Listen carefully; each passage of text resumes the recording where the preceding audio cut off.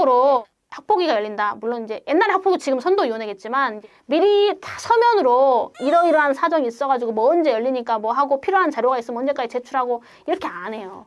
하루나 이틀 전에 전화하거나 이런 경우가 많아요. 물론 학교마다 차이가 있겠지만 대체로 과거에는 그런 절차들이 잘 안 지켜졌거든요. 그래서 그런 것들 전부 다 절차적으로 주장이 가능하고 경우에 따라서는 그게 인정되는 경우들이 있습니다. 그러니까 행정자 경우는 여러분 민사는 개인끼리잖아요. 우월하지 않지 대등한 사인이에요. 대등한 사인인데 행정은 사실 위에서 내리꽂는 거잖아요. 공공적인 지위로 내리꽂는 거기 때문에 여기서 지켜줘야 할 절차가 엄격한 거죠.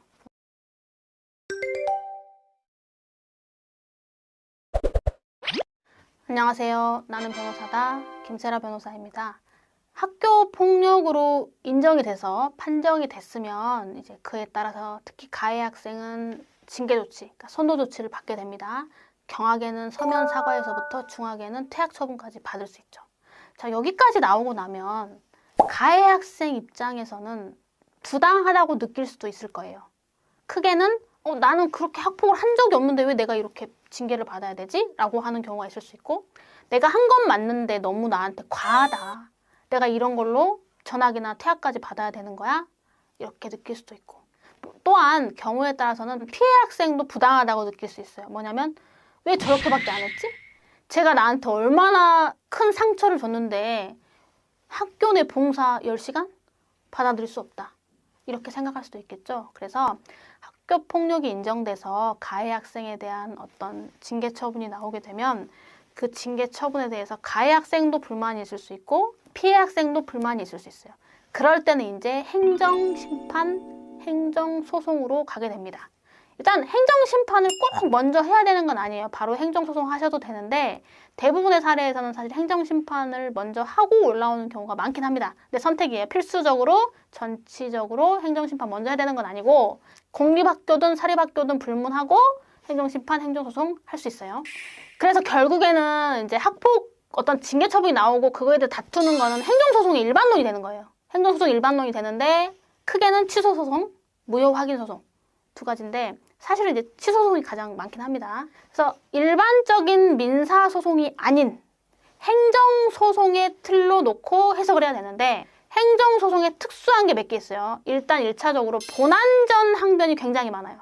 그리고 본안의 항변에서도 절차적 하자를 주장하는 경우가 많습니다. 그래서 이 학폭과 관련된 학폭으로 인정된 징계에 대해서 다투는 행정소송이나 행정심판에서는 일반적인 민사소송과는 달리 본안전 항변하고 절차적 하자에 대한 항변이 주장되는 경우가 굉장히 많고 그것들이 인정돼서 민사와는 좀 다른, 결이 다른 판결이 나오는 경우들도 있다. 이런 거를 큰 틀로 이해를 해놓으시고 제가 그거에 유형화를 시켜서 말씀을 드리겠습니다. 자, 일단 첫 번째로 본안전 항변. 본안전 항변이라는 거는 소가 갖춰야 할 소송 요건 자체를 갖추지 못했기 때문에 아예 각하당하는 경우를 말해요. 그래서 요거 있어요, 여러분. 자, A가 고등학교 3학년에 거의 졸업하기 전에 학폭 처분을 받았어요.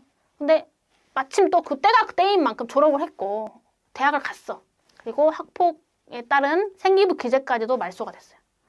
근데 나중에 생각해보니까 너무 억울한 거예요. 그래가지고 이미 졸업도 했고 대학도 갔고 생기부도 다 지워졌는데도 불구하고 해당 징계가 잘못됐다는 취소소송이나 무효확인소송을 제기할 수 있을까? 그럴 법률상 이익이 있을까?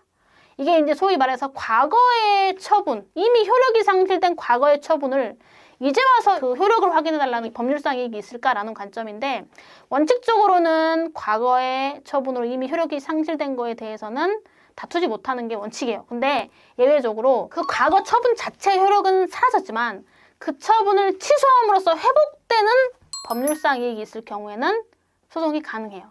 그래서 이런 거예요. 퇴학이나 전학처럼 좀 중한 경우는 더 이게 강해요.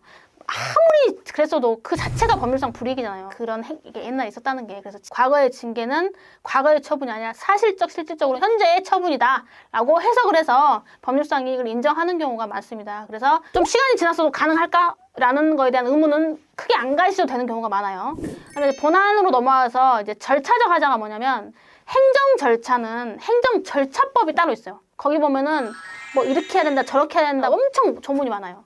그래서 이런 그 학폭 관련된 소송에서는 행정절차법상 재조문의 규정을 주장하면서 이것도 안 지키고 저것도 안 지켰다라는 걸 주장하는 경우가 많습니다.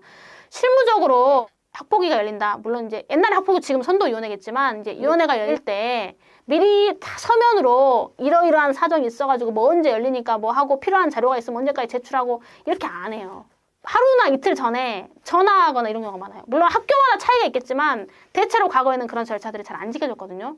또 학폭위, 지금은 이제 심의위원회겠지만 그 위원회 구성과 관련해서도 문제를 제기하는 경우들이 많아요. 그래서 그런 것들 전부 다 절차적으로 주장이 가능하고 경우에 따라서는 그게 인정되는 경우들이 있습니다. 그러니까 행정자 경우는 여러분 민사는 개인끼리잖아요. 우월하지 않지 대등한 사인이에요. 대등한 사인인데 행정은 사실 위에서 내리꽂는 거잖아요. 공공적인 지위로 내리꽂는 거기 때문에 여기서 지켜줘야 할 절차가 엄격한 거죠.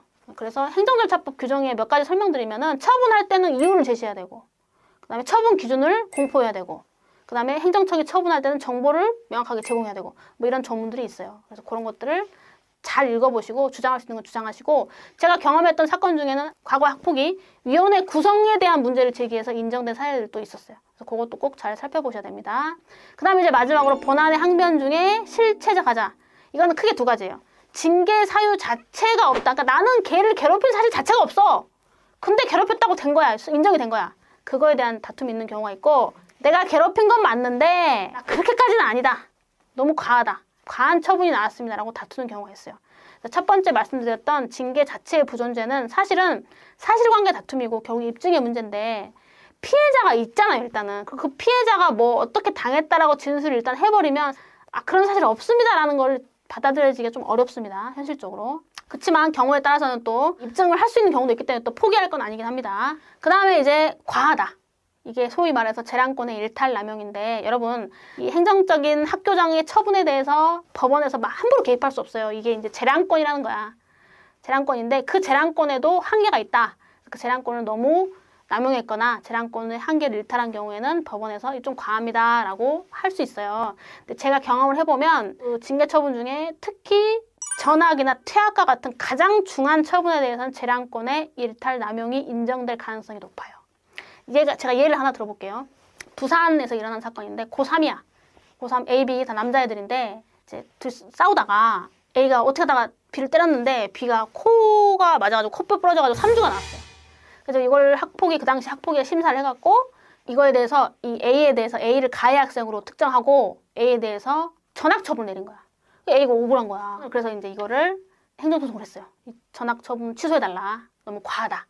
그래서 조사를 법원에서 해보니까 A가 일방적으로 때리고 그런 것도 아니었고 둘이 사실 이제 우연찮게 등굣길에서 말다툼을 하다가 그 남자애들끼리 이제 투닥투닥 한 거야. 투닥투닥 했는데 어떻게 하다 보니까 이 주먹이 한 차례 세게 나가서 코뼈가 부러지고 3주가 나온 거지. 그리고 뭐 지속성이 있었던 것도 아니고 고의성이 있었던 것도 아니고 평소에 걔가 껄렁껄렁 했던 것도 아니야. 우연찮게 그날 우라통 터져서 한 번 하다가 한 거야. 그리고 사건 발생 초기부터 A의 부모님은 진정으로 사과했고 근데 다시는 얘가 이런 사고 안 치게 하겠다는 선도 가능성에 대해서 굉장히 진지하게 반성했고 이런 걸 고려한다면 과연 이런 걸 가지고 얘를 전학을 시키는 게 맞냐. 여러분 사실 퇴학이랑 전학 중에 사실 퇴학이 제일 안 좋은 거긴 한데 전학도 장난 아니에요. 요즘에 애들도 많이 안 낳고 요즘에 학교를 바꾸려면요 집이 다 이사를 가야 돼. 근데 여러분 집값 비싸잖아요. 그래서 마음대로 이사도 못 가고 특히 학기 중간에 이런 사태가 벌어지면은 전학을 간 자체가 이미 낙인이야. 그 학교에서는. 그렇잖아요. 그러니까 이 부모 입장에서는 진짜 우라통 터지는 거예요, 사실은. 물론 당연히 잘못한 거는 벌 받아야 되는 건 맞는데 과하다라고 해서 이렇게 인정된 사례도 있습니다. 그래서 특히 처분이 중하면 중할수록 6호, 7호, 8호, 9호 이런 애들은 그 포기하지 말고 일탈 남용 시도를 해봐야 될 필요성이 있다. 요걸 꼭 말씀드리고 싶네요. 제가 요 학폭 관련해서 개념과 학폭 판단 기준과 학폭으로 인정됐을 경우에 처분 이렇게 기본적인 거 하나 설명한 영상이 있는데 요거랑 같이 좀 봐주시면 도움이 될 것 같습니다. 네, 오늘도 이렇게 시청해 주셔서 대단히 감사합니다.